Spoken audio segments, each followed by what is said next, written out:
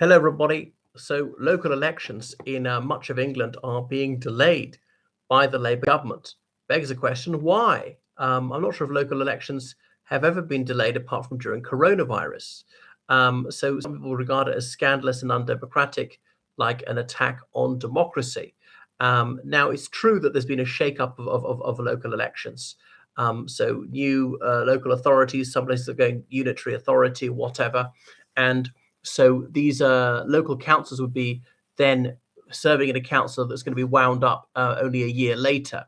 So the former Prime Minister, Deputy Prime Minister Angela Rayner said it's a waste of money. Now it's true that elections cost money, so it'd be cheaper if you never had elections. So in dozens of local council areas, the elections have been cancelled for the 7th of May this year.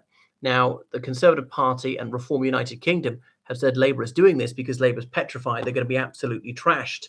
So the roughly 20,000 local councils in the United Kingdom, and about 5,000 up for election each year. Now, admittedly, the timing in Northern Ireland and Scotland is different from in England.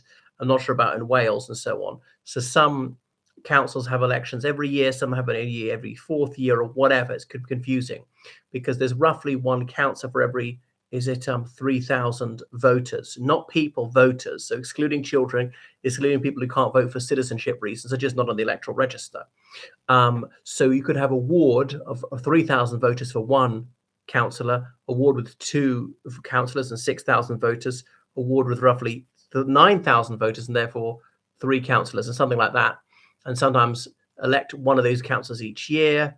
And then the fourth year elect a county council above that. Sometimes they abolish the borough council and the county council and merge it together to make it a unit authority. Is all very confusing, the different layers of this, and even parish councils below that. Goodness, so they're rejigging this. And for example, Surrey has been split up into West Surrey and East Surrey, as in two unitary authorities. For example, the borough council doesn't control the library, but it does control some things like bin collection, whereas your county council controls the library but not bin collection and social care, blah, blah, blah. So there's this big shake-up.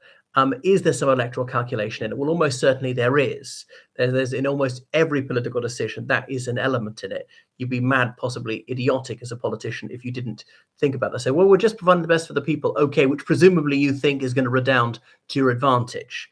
But sometimes people don't know what's good for them, and what actually is beneficial to them is something they won't appreciate, they'll vote against.